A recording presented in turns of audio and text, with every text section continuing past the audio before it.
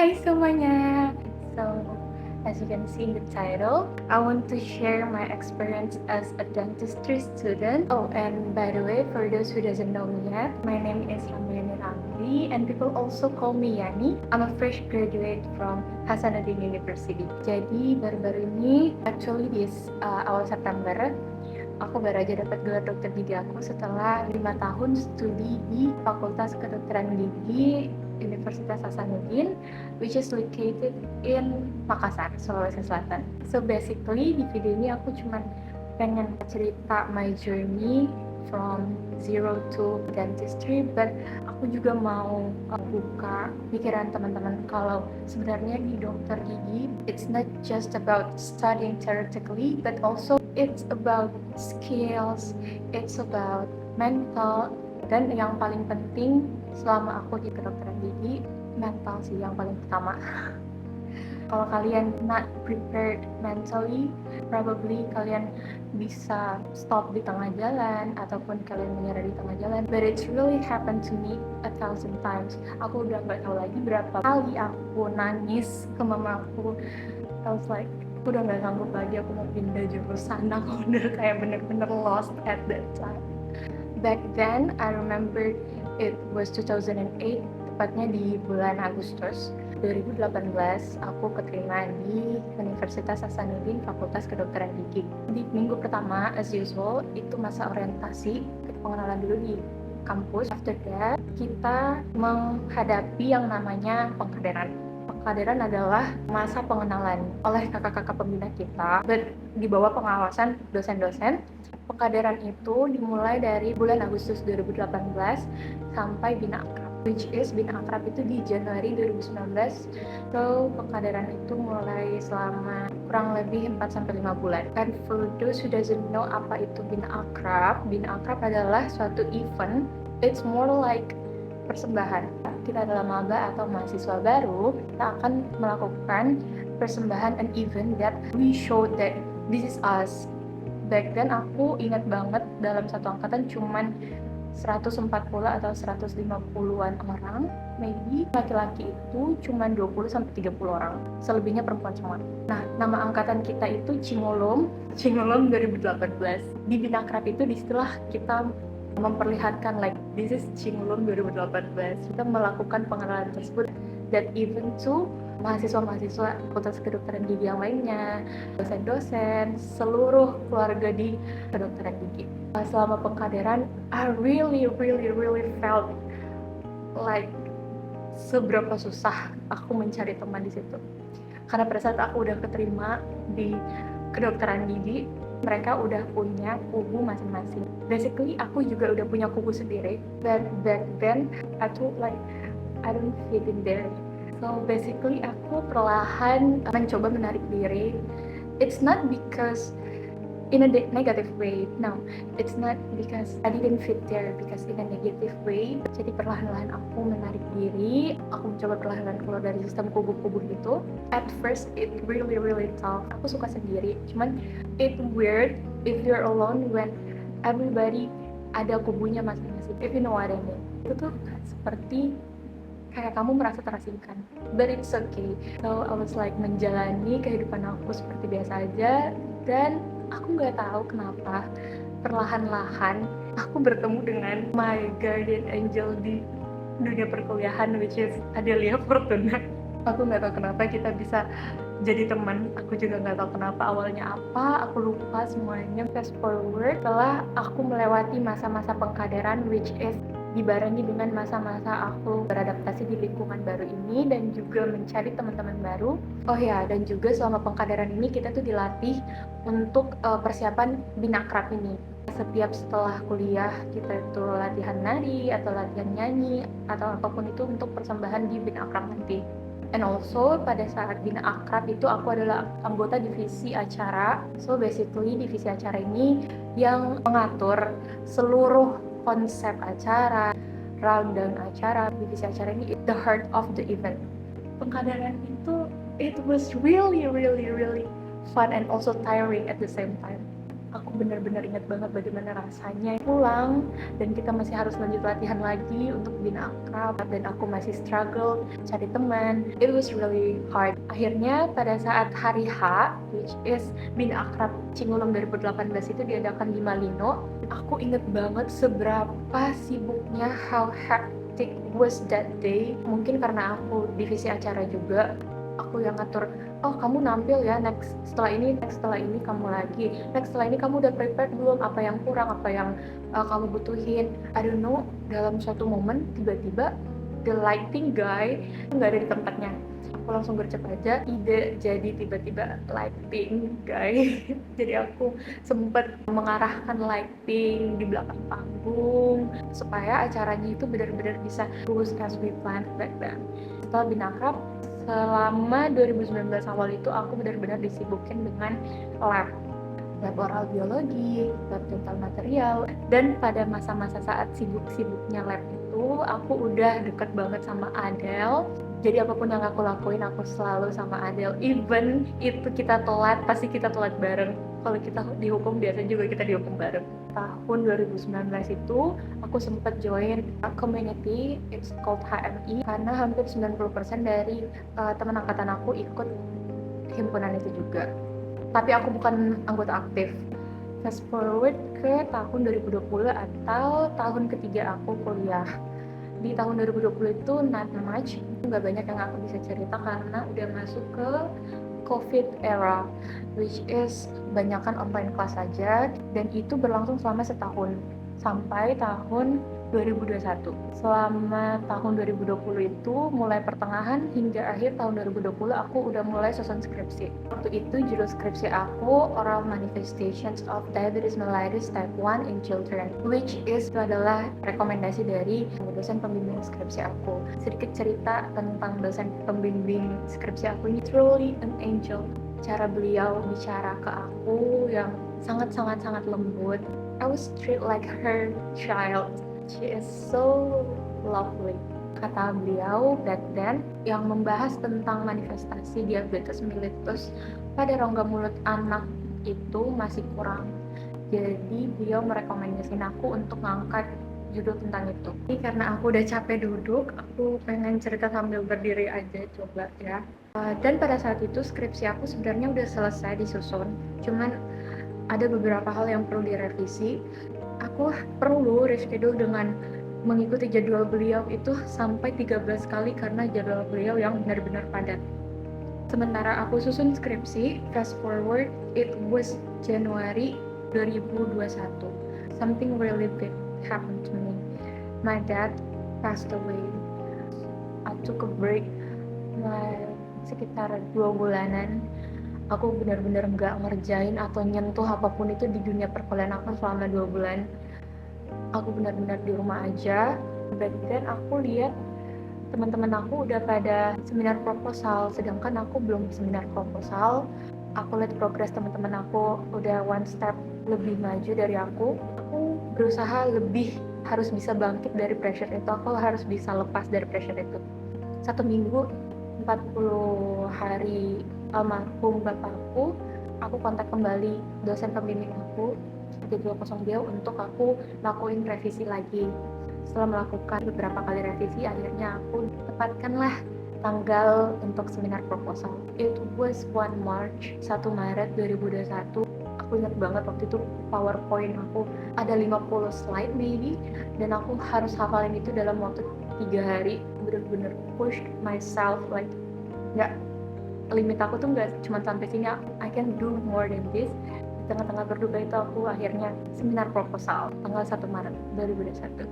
My mom was really proud of me back then. I remember we both cried in her room. I remember. Setelah aku seminar proposal, aku balik lagi sekitar beberapa minggu untuk istirahat dari seluruh huru-hara perskripsian. Setelah 2 bulan kemudian, tanggal 7 Mei tepatnya 2021, aku seminar hasil.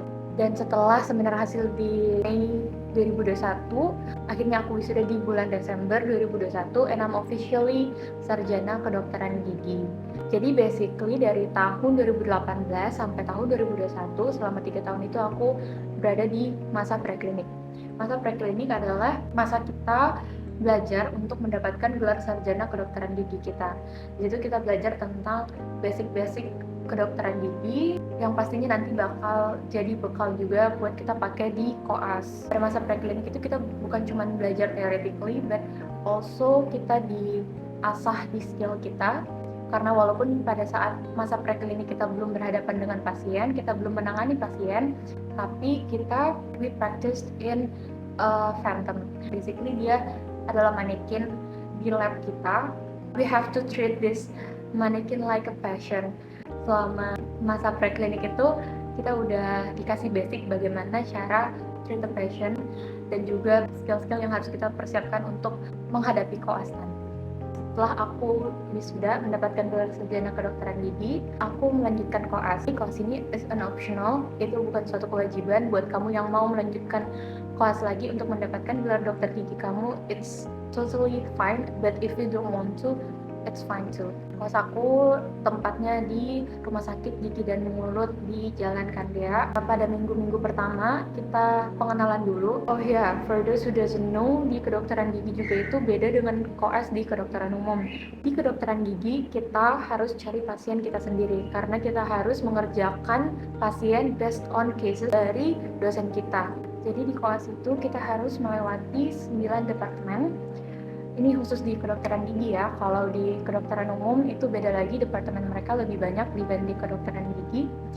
Sedangkan di kedokteran gigi itu ada 9, which is conservative, periodontology, oral surgery, oral health, public oral health, pedodontic, prosthodontic, orthodontic, yang terakhir radiologi.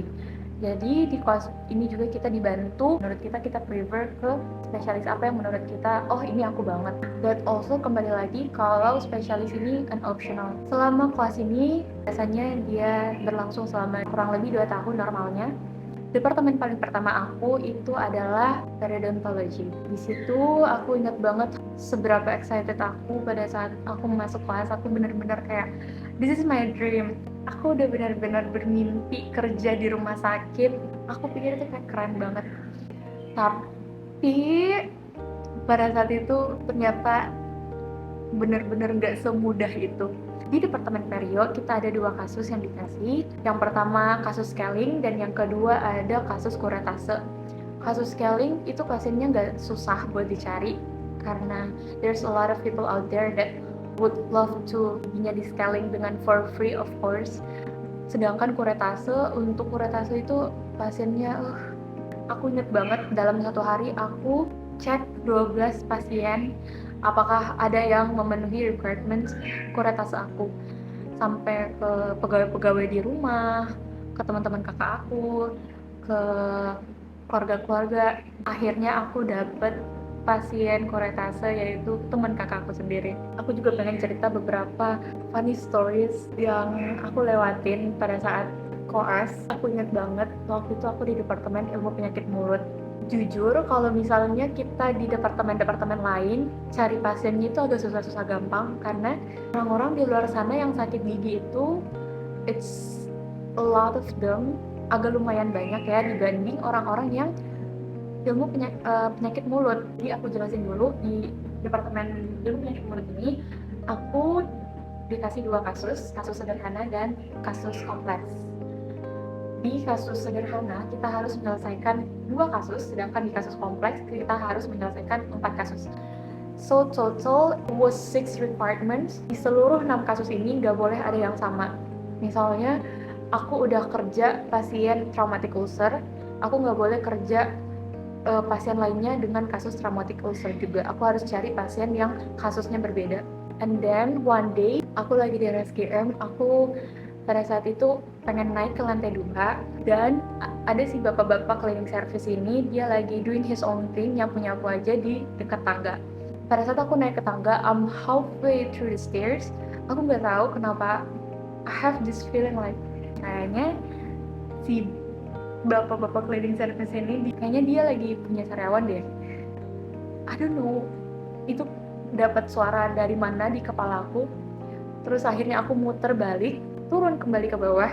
Aku tanya ke bapak-bapaknya, "Pak, Bapak lagi punya karyawan nggak?"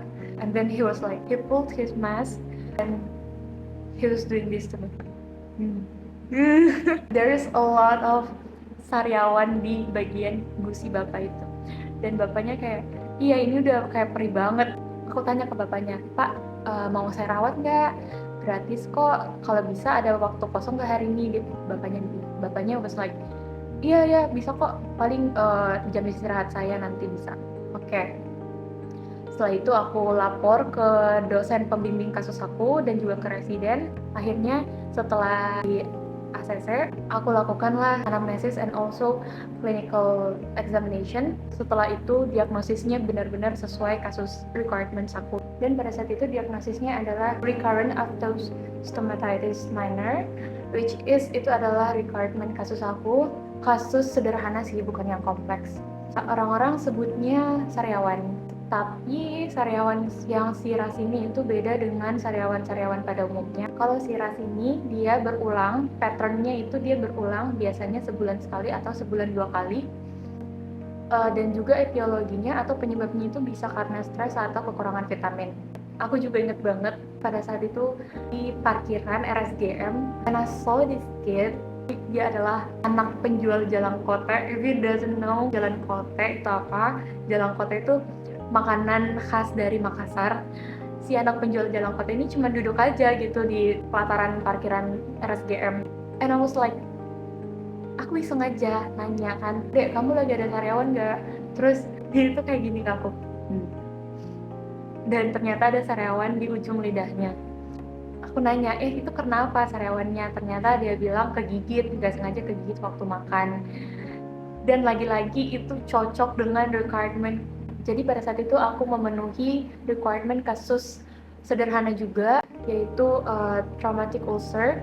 Basically traumatic ulcer ini adalah orang-orang awam juga sebutnya sariawan, tapi etiologinya atau penyebabnya itu berbeda. Kalau siras itu karena biasanya stres atau kekurangan vitamin.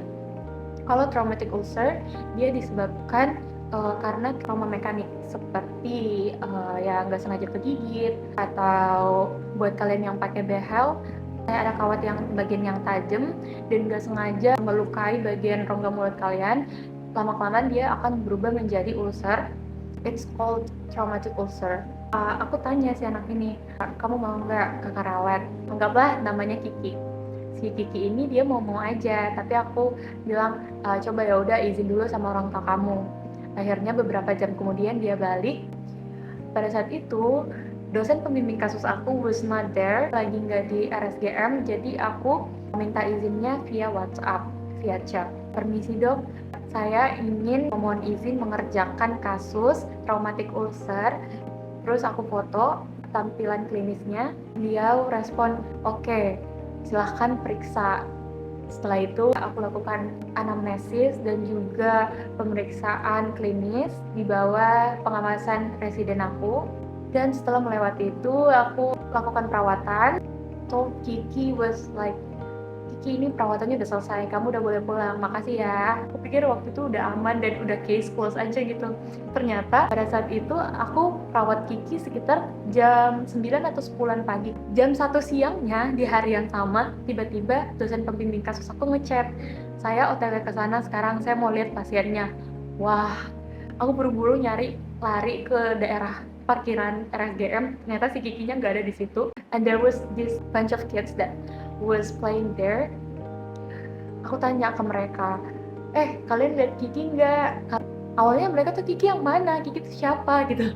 And then I was like, si anak penjual itu, si anak penjual jalan kote. Terus anak-anak ini katanya terakhir lihat Kiki itu di sekitar Masjid Al-Markas.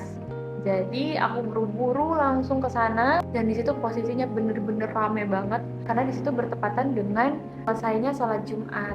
And there's a lot of guys in there. I remember I was being catcalled, tapi aku kayak cuek aja. Aku fokus cari Kiki. I remember this one guy, dia tuh bener-bener ngikutin aku everywhere I go. kemanapun aku pergi dia kayak buntutin aku, tapi aku kayak harus like santai aja gitu. Aku sibuk sendiri nyari Kiki, aku fokus, aku nggak menghiraukan si this creepy guy. I just ignored him, dia pergi aja gitu. Setelah aku lihat Kikinya nggak ada, aku balik lagi ke parkiran. Terus aku tanya ke tukang parkirnya, biasanya aku minta tolong diparkirin sama tukang parkir ini. It was like a valet system. Setelah itu aku bilang ke tukang parkir ini, Pak, tolong boncengin saya dong ke alamat ini. Kan aku inget tuh, waktu aku periksa si Kiki ini, aku nanya alamatnya kan pada saat anamnesis. Kata Kiki alamatnya di jalan ini, lorong ini. Aku minta tolong sama si tukang parkirnya buat antar aku ke alamat yang Kiki sebutin. Tahu-taunya di tengah jalan ketemu sama si Kiki. I was like, kamu tuh ada di sini ternyata ya. Ya udah, kita sama-sama balik ke RSGM karena pada saat itu posisinya benar-benar dekat banget dari RSGM, aku papasannya sama si Kiki nih. Jadi kita jalan kaki aja baliknya ke RSGM. Aku nyampe di RSGM tepat waktu, dosen aku juga udah tiba, diperiksa lah sama dosen pembimbing kasus aku. He was like, oh oke, ini memenuhi requirement kasus kamu. Ada juga satu pasien yang lumayan unik menurut aku, masih sama di Departemen Ilmu Penyakit Mulut juga. Pada saat itu kasusnya kasus kompleks. Pasien ini itu aku dikenalinnya dari pegawai bapak aku. Dan setelah aku periksa tampilan klinisnya itu, dia lebih mengarah ke erythema multiforme. Sebenarnya penyakit ini tuh agak langka ya buat ditemuinnya. Dan menurut aku buat nyari kasus kompleks itu agak susah. Bibirnya itu pecah-pecah dan juga bengkak, terus ada pendarahan. Hari pertama aku kunjungin pasien aku di rumahnya. I was with Kartini. Kata beliau, si ibu ini mau kok dirawat. Awalnya beliau bilang seperti itu. Kemudian I was like, oke, kalau ibu mau dirawat, aku atur jadwalnya besok aja ya di RSGM. Setelah aku mengapor ke dosen pembimbing kasus aku, setelah di ACC aku baru ke rumah ibu lagi buat ngejemput ibu. We have a deal back then. Hari kedua, pada saat itu aku udah ngelapor ke residen dan juga ke dosen pembimbing kasus aku, udah disetujui untuk lakukan pemeriksaan lebih lanjut. Terus aku telepon si Kartini buat ngejemput ibu ini di rumahnya dan bawa ibu ini ke rumah sakit. Aku minta tolong, tapi beberapa menit kemudian Kartini nelpon balik ke aku. Katanya si ibu ini tuh lagi nggak ada di rumah. Terus aku kayak, wah, kayaknya aku di PHP deh kali ini. Katanya di tetangga sekitar si ibu ini lagi pergi ngambil sembako. Dan itu kayaknya agak lama. Dan si ibu ini kebetulan dia nggak punya HP. We didn't know how to reach her in that moment. Setelah itu, sekitar sore jam 4-an, akhirnya aku ngelapor balik ke dosen pembimbing kasus aku. Mohon maaf dok kalau pasien saya hari ini berhalangan untuk hadir. Akhirnya aku lakukan reschedule lagi. Kemudian sekitar jam 4 sore, tetap di hari yang sama, akhirnya Kak Tini ketemu dengan si ibu ini. Tapi ibu ini bilang dia takut ke rumah sakit, dia takut disuntik. Pokoknya dia nggak mau ke rumah sakit, dia nggak mau dirawat, dia nolak. Tapi pada saat itu I won't give up, aku nggak nyerah karena menurut aku kasus ini sangat langka dan juga kompleks. I've decided to datang langsung ke rumah ibu itu, aku sendiri yang ngebujuk ibu itu. Esokan harinya jalan nyetir sendiri ke rumah Kartini dulu. Jadi aku udah janjian sama Kartini, nanti kita barengan ke rumah si ibu itu. Karena Kartini, she knows exactly tepatnya rumah ibu ini. Tapi pada saat aku nyetir sendirian ke rumah Kartini, aku nyasar. Aku bener-bener nyasar berkali-kali. And I was like, ini udah setengah jam aku mutar-mutar keliling-keliling nyari, tapi aku nggak nemu-nemu. Akhirnya aku decided untuk parkir mobil aku di pinggir jalan dan aku jalan kaki aja masuk ke lorong-lorong sekecil itu. Dan emang itu jalanannya sekecil itu. Jalanannya tuh 2-3 cm antara tembok jalanannya dan kaca spion aku. Jadi aku decided buat ya udah aku jalan kaki aja.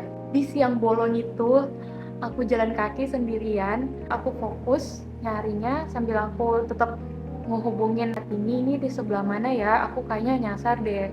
Akhirnya aku stop di satu perempatan, di situ dekat penjual bakso, dan kayaknya si penjual bakso ini lihat aku kayak orang kebingungan dan dia nanya ke aku, lagi nyari siapa deh gitu. And I was like, aku aku lagi nyari rumah yang kayak gini-gini, namanya si ini.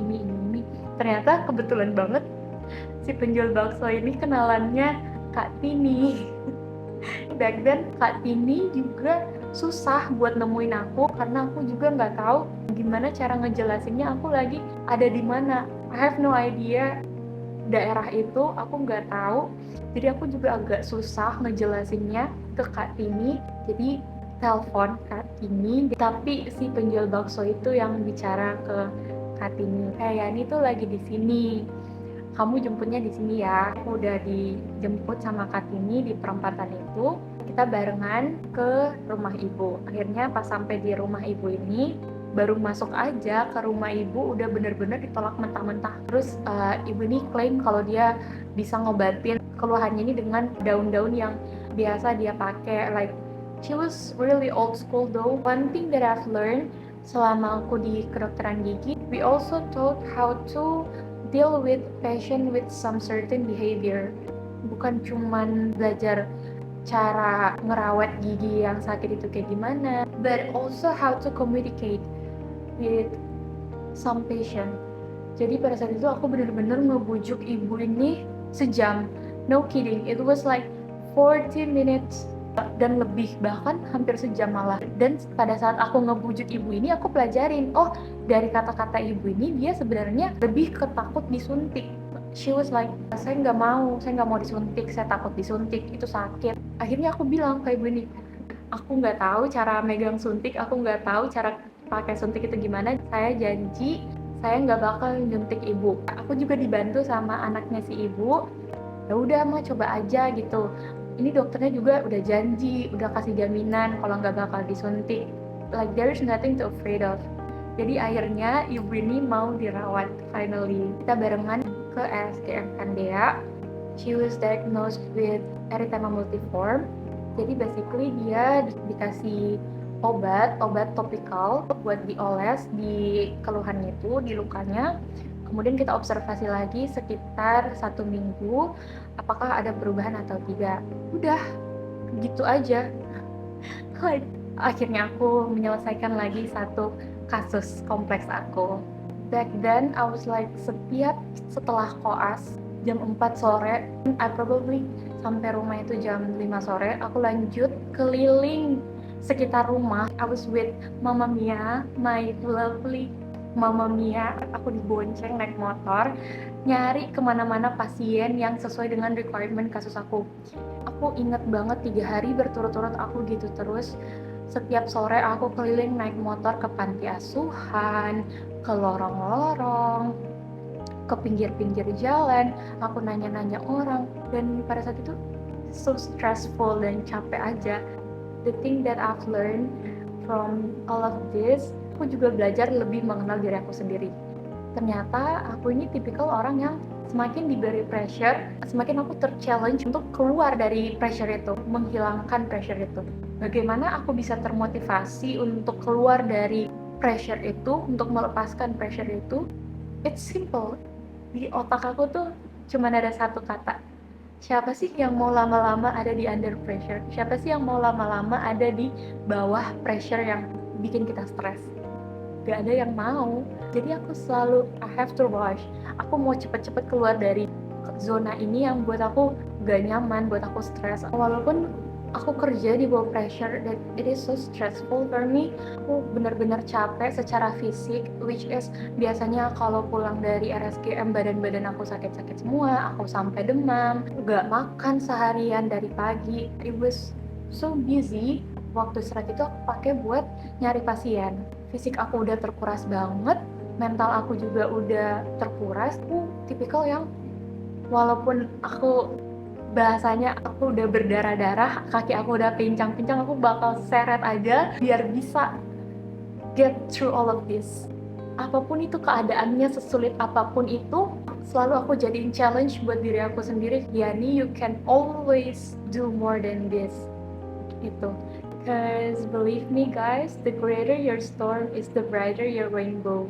Dan ya, setelah memenuhi semua kasus seluruh departemen, Akhirnya aku terkualifikasi untuk mengikuti UKMP 2DG, ujian kompetensi. Itu ada 2 hari. Hari pertama adalah ujian CBT, ujian komputer, dan yang kedua itu adalah ujian praktik atau kita sebut dengan OSCE.